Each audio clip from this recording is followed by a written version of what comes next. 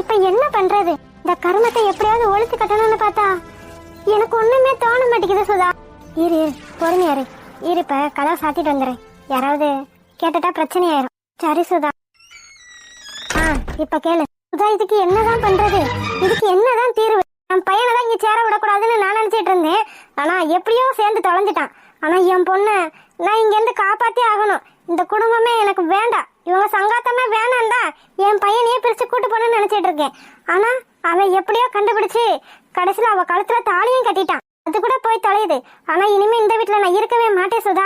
என் பொண்ணை எப்படியாவது என் வீட்டுக்கு கூட்டிட்டு போயே ஆகணும். என் பொண்ணு இங்க இருக்கிற வரைக்கும் என் பொண்ணுக்கு எந்த பாதுகாப்பும் கிடையாது. நீயே பார்த்தேல. நான் பார்த்தேன் அபி. ஆனா இதெல்லாம் அவன் பொண்ணோட விருப்பத்தோட தானே நடக்குது. அவ சின்ன பொண்ணு சுதா, அவளுக்கு இது கரெக்டான ஏஜே கிடையாது. அவ எடுக்கிற முடிவு எல்லாமே தப்பான முடிவா தான் இருக்கும்.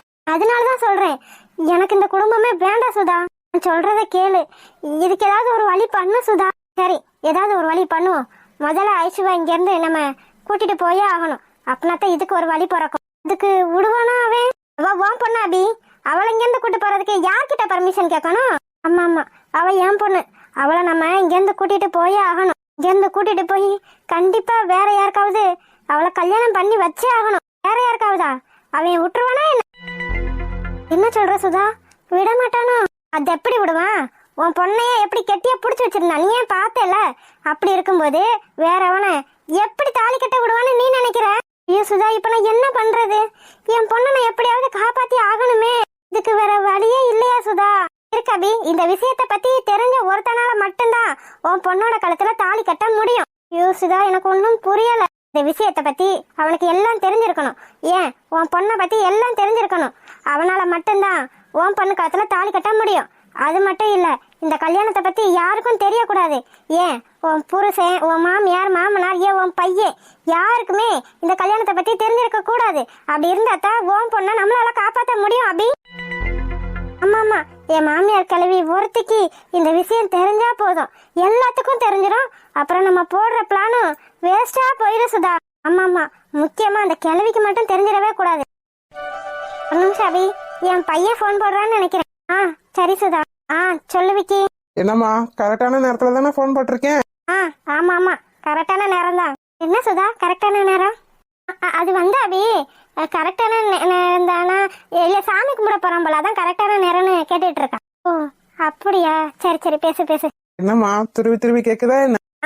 ஆமா ஆமா, சாப்பிட்டியா என்ன? சாப்பிட்டாச்சுமா. அப்புறம் எல்லா பிளானும் கரெக்டா தானே போகுது? ஏதோ போகுதுடா. என்னது போகுது?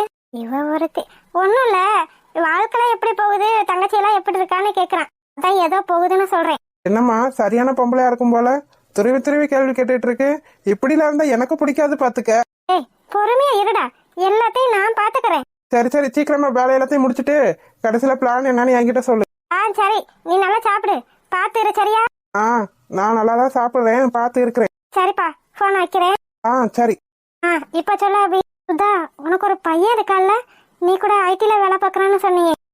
ஆமா, அவன் தான் போன் பேசினா. அதுதான் உனக்கு ஏற்கனவே தெரியுமே, அப்படியே திடீர்னு கேக்குற? சுதா, என் பொண்ண உன் பையனுக்கு கல்யாணம் பண்ணி வச்சிடலாமா? என்ன அபி சொல்ற? உன் பொண்ணு என் பையனுக்கா? இதுக்கு தானடி இத்தனை நாள் காத்துட்டு இருந்தேன். இந்த வார்த்தை உன் வாயில இருந்து வரணும் தானே இத்தனை டிராமாவும். அதுக்காக தானே என் பையனை இந்த நேரம் பார்த்து போன் பண்ணடான்னு சொன்னேன். என் பையன் ஒருத்த இருக்கான்றது உனக்கு ஞாபகம் வரணுன்றதுக்காகத்தானே இப்ப அவன் போன் போட்டதே. ஏன் சுதா, என் பொண்ணு உன் பையனுக்கு கல்யாணம் பண்ணி வைக்க மாட்டியா என்ன? என் பொண்ணு இப்படி இருக்காளேன்னு யோசிக்கிறியா சுதா? ஐயோ அதெல்லாம் இல்ல அபி. நாங்க எங்க, நீ எங்க? நீ என்ன சுதா, நீ நல்லாதான் இருக்க, உன் பையன் நல்லா சம்பாதிக்கிறான், இதுக்கு மேல என்ன வேணும்? மாப்பிள்ளையும் வெளிநாட்டுல இருக்காரு, ஏதோ என் பையனுக்காக நடிக்க வேண்டிதான் உன் பொண்ணையே இங்க கூட்டிட்டு வந்தோம். அதனாலதான் கேக்குறேன். நீ எனக்கு பெஸ்ட் ஃப்ரெண்டு வேற. என் பொண்ண உன் பையனுக்கு கல்யாணம் பண்ணி வைக்கலாம் சுதா.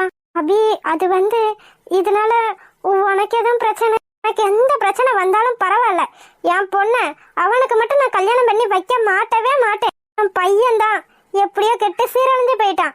ஆனா என் பொண்ணோட வாழ்க்கைய நான் எப்படியாவது காப்பாத்தி ஆகணும் சுதா.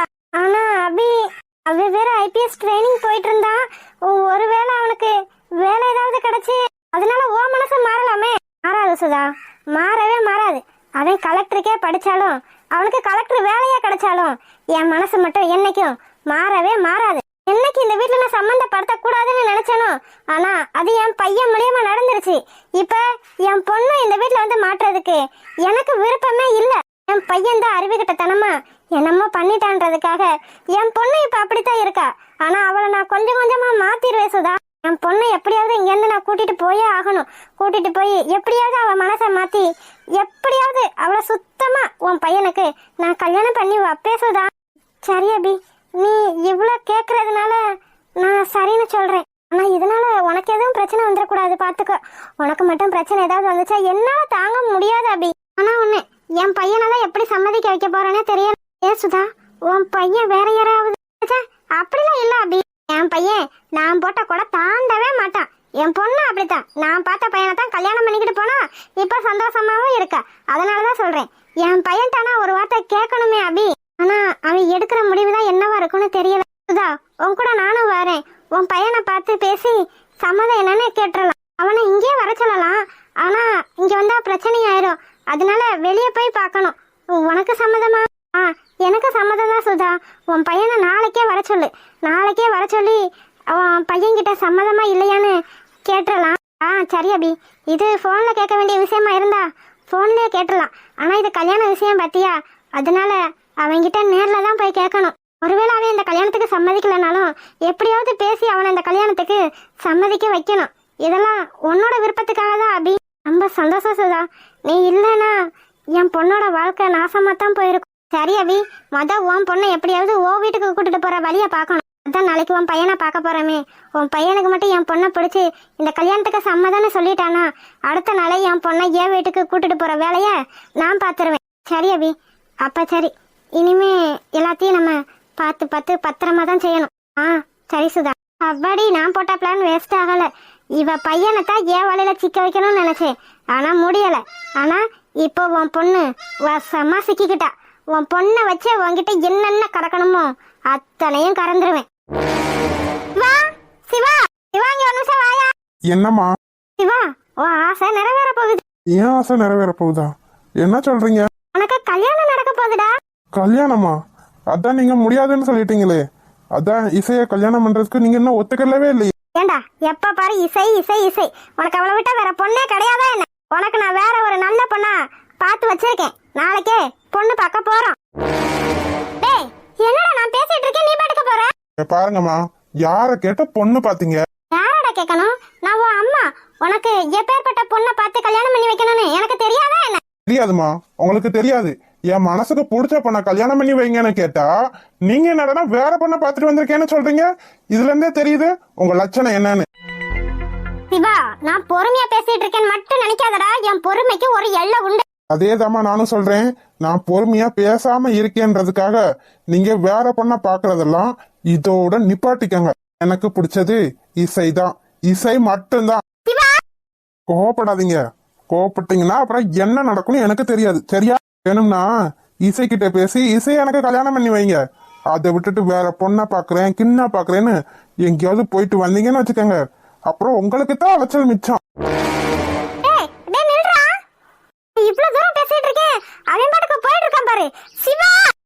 எனக்கு இசைதான் பிடிச்சிருக்கு. இசையத்தான் நான் கல்யாணம் பண்ணுவேன். இதை நீங்க சம்மதிக்கிற வரைக்கும் எத்தனை நாள் வேணா நான் பொறுத்திருப்பேன். என் பையனை அந்த அளவுக்கு மயக்கி பாடம் பண்ணி வச்சிருக்கா இந்த எடுவட்டச்சிருக்கி. இருக்கு இன்னைக்கு அவளுக்கு இருக்கு. அடியே வெளிய வாடி மானங்கட்ட சிரிக்கி. என்ன என்ன பிரச்சனை? எதுக்காக இப்படி வந்து கத்திட்டு இருக்கீங்க? உனக்கு ஒண்ணும் தெரியாது பாரு. நீ இந்த வீட்டுக்கு கூட்டிட்டு வந்து வச்சிருக்கியே ஒரு வெக்கங்கட்ட சிரிக்கி, புருஷை இழந்தவளை. அவளை வர சொல்லும். அத என்ன பேசிட்டு இருக்கீங்க? அவ சின்ன பொண்ணு.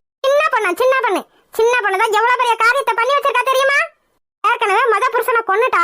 இப்ப ரெண்டாவது என் பையனை கல்யாணம் பண்ணிட்டு வந்து என் பையனையும் கொல்லணும்னு நினைச்சிட்டு இருக்காளா? பாட்டு நிறுத்துங்க. விட்டா என்ன பேசிட்டே பாருங்க. என் பொண்ணோட பெரிய மாமியாராச்சேன்னு பாக்குற. இல்லனா இங்க நடக்கிறதே வேற. என்ன பண்ணுவ? என்ன பண்ணுவ? நாளா என்ன பண்ண முடியும்? உன் மகளை அடக்கி வைக்க உனக்கு துப்பி இல்ல. என்கிட்ட சண்டைக்கு வர? யாரு யார் சண்டைக்கு வந்தது? நீ தான் என் வீடு தேடி சண்டைக்கு வந்திருக்க. ஒழுங்கு மரியாதையா இங்க இருந்து போயிரு. இல்லனா என்ன நடக்கும்னு எனக்கு தெரியாது. என்னது, என்ன நடக்கும்னு தெரியாதா? என் பையனை மயக்கி கட்டினா இவ்வளவுதான் கட்டுவேன்னு சொல்ல வச்சிருக்கா உன் பொண்ணு. அவளை என்ன சும்மா கூட சொல்றியா? என்ன பண்ண முடியும் உன்னால? என்ன பண்ண முடியும்? என் பொண்ணை நான் இருக்கும்போது நீ தொற்றுவியா என்ன? என் பொண்ணு அப்படி சொல்லியிருக்க வாய்ப்பே கிடையாது.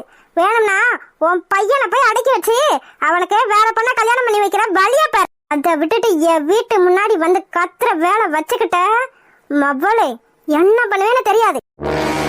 அடியே வெளியே வாடி. அவ வரமாட்டா. உன்னால என்ன பண்ண முடியுமா பண்ணி. ஆத்தால பேச விட்டுட்டு நீ என்ன அங்க படுத்தா தூங்குற? தைரியமான பொம்பளைனா வெளியே வாடி. என்ன உங்களுக்கு இப்ப என்னதான் பிரச்சனை? நானே என் அம்மாவும் நிம்மதியா இருக்கிறது உங்களுக்கு பிடிக்கலையா என்ன? சும்மா சும்மா வந்து எப்ப பார்த்தாலும் கத்திட்டே இருக்கீங்க. நான் தான் சொல்லிட்டேனே எனக்கும் உங்க பையனுக்கும் எந்த சம்பந்தமும் இல்லன்னு. சொல்லாமே அடி. அவன் கட்டினா ஒன்னதான் கட்டுவேன்னு சொல்லுவான். அத பத்தி எனக்கு ஒன்னும் தெரியாது. நீ தானே சொல்லி விட்டுருக்க உன் வீட்டுல எல்லாரும் சம்மதிச்சா நான் அவனை கல்யாணம் பண்ணிக்கிறேன்னு. ஆமா சொல்லதான் செஞ்சேன். உங்க வீட்டுல எல்லாரும் சம்மதிச்சா நான் அவரை கல்யாணம் பண்ணிக்கிறேன்னு சொல்லதான் செஞ்சேன். ஆனா உங்களுக்கு தான் பிடிக்கலையே. அப்புறம் என்ன என்னதான் பிரச்சனை உங்களுக்கு? நீங்க சம்மதிச்சாதானே கல்யாணம் பண்ணிக்கிறேன்னு சொன்னேன். நீங்க தான் சம்மதிக்கலையே. அப்புறம் என்ன பிரச்சனை? நீ எதுக்கு இசை இப்ப வெளியே வந்த? போ உள்ள. முடியலமா, என்னால முடியல. இன்னைக்கு இதுக்கு 2 நாள் ஒரு முடிவு கட்டியே ஆகும். நீதான் என் பையனை மயக்கின. நீதான் என் பையன் கிட்ட சொல்லணும் உன் அம்மா பார்த்து வச்சிருக்க பொண்ணையே கல்யாணம் பண்ணிக்கணும். நீதான் சொல்லணும். இதெல்லாம் என்னால சொல்ல முடியாது. ஏன் சொல்ல முடியாது? ஏன் சொல்ல முடியாது? இப்பதான் சொன்ன எனக்கும் உன் பையனுக்கும் சம்மந்தமே இல்லைன்னு. அப்புறம் என்ன பிரச்சனை? அது ஏன் பிரச்சனை இல்ல, அது உங்க பிரச்சனை. உங்க பையனை சம்மதிக்க வைக்கிறதும் சம்மதிக்க வைக்காம இருக்கிறதும் உங்க இஷ்டம். உங்க பையன் சம்மதிக்கலனா அதுக்கு நான் பொறுப்பு கிடையாது. ஒழுங்கா இங்க இருந்து இடத்த காலி பண்ணிருங்க. அதான் சொல்லிட்டால. அப்புறம் என்ன இங்க நின்னுட்டு இருக்க? முத புருஷனை தான் கொன்னுட்ட. இப்ப கல்யாணம் முடிக்காமயே என் பையனை கொல்லணும்னு நினைச்சிட்டு இருக்கே என்ன?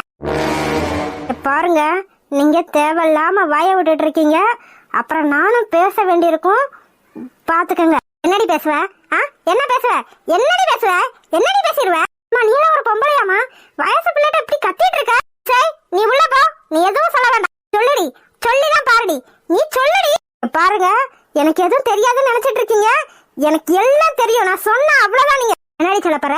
சொல்லுடி. சொல்லுடி பாப்போம். நீ அப்படி என்னதான் தெரிஞ்சு வச்சிருக்க? எனக்கு தெரிய வேண்டாம். இசை நீ உள்ள போன்னு சொன்னேன். என்ன உன் பொண்ணை ஒளிச்சு வைக்கணும்னு நினைச்சிட்டு இருக்கியா? அவ என்னமோ சொல்லணும்ன்ற நீ என்னமோ வேணாம் வேணாம்னு சொல்ற. என்ன நினைச்சிட்டு இருக்கீங்க? ஏண்டா சிவகாமி, அப்புறம் உனக்கு தான் பிரச்சனை. பாத்துக்க. எனக்கு பிரச்சனையா? எனக்கு அப்படி என்ன பிரச்சனைனே நானும் பாக்குறேன். சொல்லுடி. நீ சொல்லுடி. சொல்லிருவேன். அப்புறம் உங்களுக்கு தான் கஷ்டம். எனக்கு எவ்வளவு கஷ்டமா இருந்தாலும் பரவாயில்ல. நீ சொல்லு. பாரு எவ்வளவு திமுறா நிக்கிறானு. போதும் நிறுத்திக்கங்க. அப்படித்தாண்டி பேசுவேன். அப்படித்தான் பேசுவேன். என் பையனையே மயக்கி. அது உங்க பையனே கிடையாது. சொல்லுங்க சிவா, நீங்க பெத்த பையனா என்ன? சொல்லுங்க, பதில் சொல்லுங்க. சிவா, நீங்க பெத்த பையனா என்ன? இல்லல, நீங்க பெத்த பிள்ளையே இல்ல. உங்களையே உங்களுக்கு குழந்தை இல்லன்னு தானே மொத புருஷனே விரட்டி விட்டுருக்காரு. சிவாவோட அம்மா இறந்ததுக்கு அப்புறம் சிவாவோட அப்பா உங்களை 2ஆம் தரமா கல்யாணம் பண்ணிருக்காரு. அப்ப நீங்களும் 2ஆம் தரம் தானே?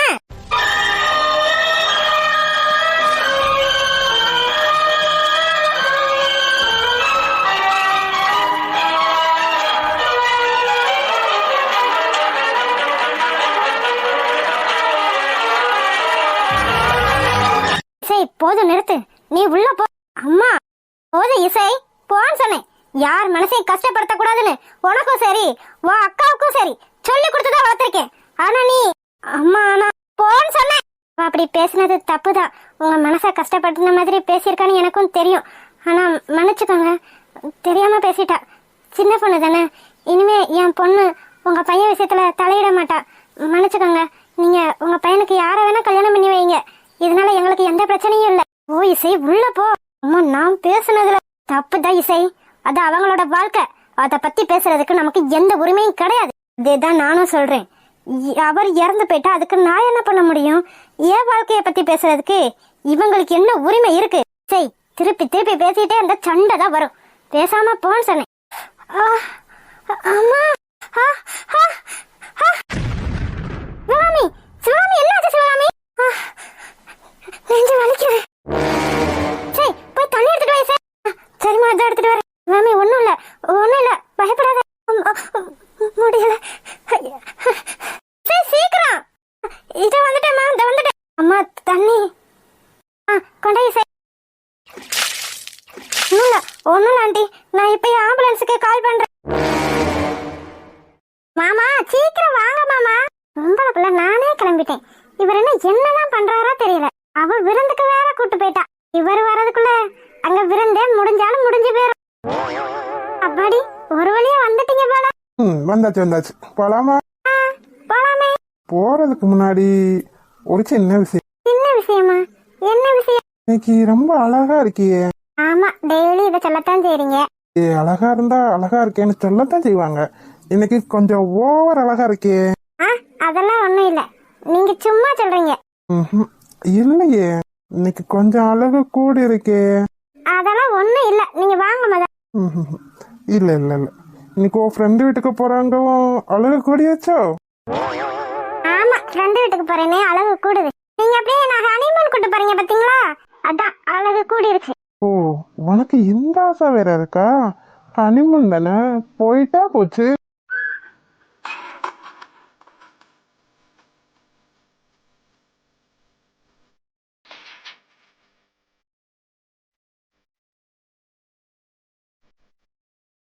சரி சரி, நீங்க ரொமான்ஸ் பண்ணதெல்லாம் போதும், வாங்க கிளம்பு.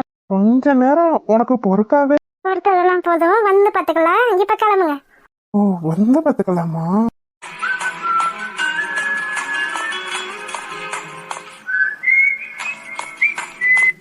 அட அட அட, என் பேரனும் பேத்தியும் இப்படி ரொமான்ஸ் பண்றத பாக்குறதுக்கு எவ்வளவு அழகா இருக்கு.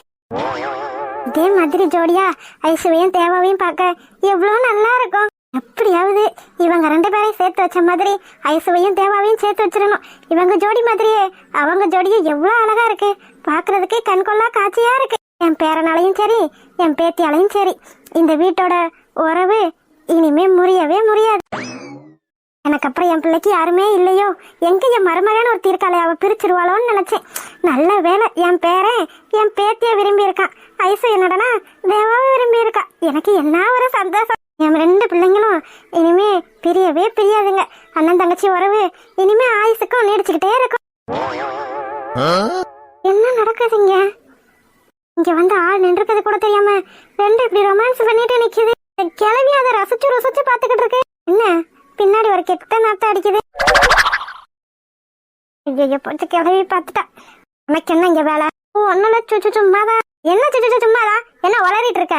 புதுசா கல்யாணமான பிள்ளைங்க இங்க இந்த ரூம்ல இருக்கும்போது நீ எப்படி இங்க வரலாம்? இதுவும் கொஞ்சம் கூட வெக்கமே இல்லாம. நான் வெக்கமே இல்லாம வந்திருக்கேன்னா நீங்க வெக்கத்தோடயே வந்திருக்கீங்க. ஏய், என்ன கிண்டல் அடிக்கிறதா நினைப்பா? அப்படிலாம் இல்ல, இது மதுவோட அம்மா தான் கிளம்பிட்டாங்களான்னு பாத்துட்டு வர சொன்னாங்க. இந்த பாக்குறது பேக்குறதெல்லாம் நான் பாத்துக்கிறேன், நீ கிளம்பு. சரி, நான் கிளம்பிடுறேன். நீங்க பார்த்து பொறுமையா கொஞ்சம் கூட வெக்கமே இல்லாம ரசிச்சுட்டு வாங்க. இப்போ போலன்னு வச்சுக்க, உன்னை தூக்கி போட்டு மிதிச்சு பந்தாடிடுவேன். நான் போயிடுறேம்மா, நான் போயிடுறேன். இப்ப போயிடுறேன். போகும்போது கதவை சாத்திட்டு போகணும். சரி, ஆனா நீங்க உள்ள இருக்கீங்களே, பேசாம போயிரு. இல்லன்னு வச்சுக்க, வாய்க்குள்ள குச்சி விட்டு ஆட்டிடுவேன். போறேன். கதவை சாத்திட்டு தானே போனோம், போயிடுறேன். கதவை சாத்திர சத்தம் கேக்குது. என்னையா ரசா, கிளம்பிட்டீங்களா? கிளம்பிட்டா பார்த்தா. ஆமா, இப்படி ரொமான்ஸ் பண்ணும்போது கதவை சாத்திட்டு பண்ணக்கூடாது. எனக்கே ஒரு மாதிரி இருக்கு. அப்பத்தா எல்லாத்தையும் பார்த்துட்டியோ? முழுசா பார்க்கல, ஆனா பாதி பார்த்துட்டேன். அப்பத்தா என்ன அப்பத்தா என்ன சிரிச்சிட்டு இருக்க? நான் அப்பயே சொன்னேன், நீங்க தான் கேட்கல. இப்ப வெளியே கிளம்புற நேரத்துல இதெல்லாம் தேவையா? அதானே, வெளியே விருந்துக்கு போற நேரத்துல இதெல்லாம் தேவையா? மொத்தத்துல 2 பேரும் என்ன வச்சு செய்றீங்க அப்படித்தானே? ஐயோ, அப்படிலாம் இல்ல மாமா. ரொமான்ஸா பண்றீங்க ரொமான்ஸ்? இருங்கடி, உங்க ரொமான்ஸ் எல்லாம் தீய வைக்கிறேன். எப்படியோ ஐசுவை என் பையனுக்கு கல்யாணம் பண்ணி வச்சிருவேன். அதுக்கப்புறம் எனக்கு பாதி சொத்து தானே கிடைக்கும். மீதி சொத்துக்கு நான் எங்க போறது? அதனால நான் ஒண்ணு பண்ண போறேன். என்ன பண்ண போறேன்னா, இவங்க 2 பேத்துக்கும் குழந்தைய பறக்க விடாம செய்ய போறேன். இவனுக்கு குழந்தை பிறந்தா எல்லா சொத்துமே இவனோட குழந்தைக்கு போய் சேர்ந்துருமே. விட்டுருவேனா நானு? அங்க முட்டையிடுற வார்த்தை என் கையில கிடைச்சிருக்கு. அத அவ்வளவு சீக்கிரத்துல தெரிஞ்சிருவேனா என்ன? விட மாட்டேன். உனக்குன்னு குழந்தை பிறந்தா தானடா நீ வாரிசுன்னு படி எல்லா சொத்தும் உனக்கு வந்து சேரும். உனக்கு வாரிசுன்னு ஒண்ணு இருக்கவே கூடாது. இந்த சொத்துக்கெல்லாம் வாரிசுன்னு ஒண்ணு இருந்தா அது என் பையனுக்கும் உன் தங்கச்சி ஆயுஷுக்கும் பிறக்கிற பிள்ளையாத்தான் இருக்கும். அப்பனா தான் எல்லா சொத்தும் எனக்கு வந்து சேரும். எதுவும் என் பேரை இல்ல பேத்தி மூலமா. நீ இவ்வளவு கல்யாணம் பண்ணிட்டேன்னு சந்தோஷமா வாழலாம் நினைச்சிட்டு இருக்கியா? விட மாட்டேன்டா, விட மாட்டேன். நீ சந்தோஷமா வேணா வாழலாம், ஆனா நிம்மதியா என்னைக்கும் வாழவே முடியாது. அதுவும் இந்த சுதா இருக்கிற வரைக்கும் உனக்கு நிம்மதின்றதே கிடையவே கிடையாதுடா. அதுக்கு என் பையனுக்கும் ஐஷுவுக்கும் கல்யாணம் நடக்கணும், நடத்தி காட்டுவேன். இது உங்களுக்கே தெரியாம நடக்கிற விஷயம். இத நீங்களே தடுக்கணும்னு நினைச்சாலும் தடுக்க முடியாதுடா. என்னைக்கு இருந்தாலும் இந்த சொத்து எல்லாம் என் மருமக மூலியமா எனக்கு தான் வந்து சேரும். ஹாய் செல்லக்குட்டீஸ், வீடியோ பிடிச்சிருந்தா லைக் பண்ணுங்க, ஷேர் பண்ணுங்க, கமெண்ட் பண்ணுங்க. மறக்காம அழகு வாழ தமிழ் கார்டன் சேனலை சப்ஸ்கிரைப் பண்ணிருங்க செல்லக்குட்டீஸ். அப்படியே பெல் பட்டனை ஆன்ல வச்சுக்கோங்க. அப்படின்னாதான் நாங்க படுற சுவாரஸ்யமான வீடியோ உடனே உங்களுக்கு வந்து சேரும். வீடியோ பார்த்த அனைவருக்கும் நன்றி. வீடியோ பார்த்த அனைவருக்கும் நன்றி.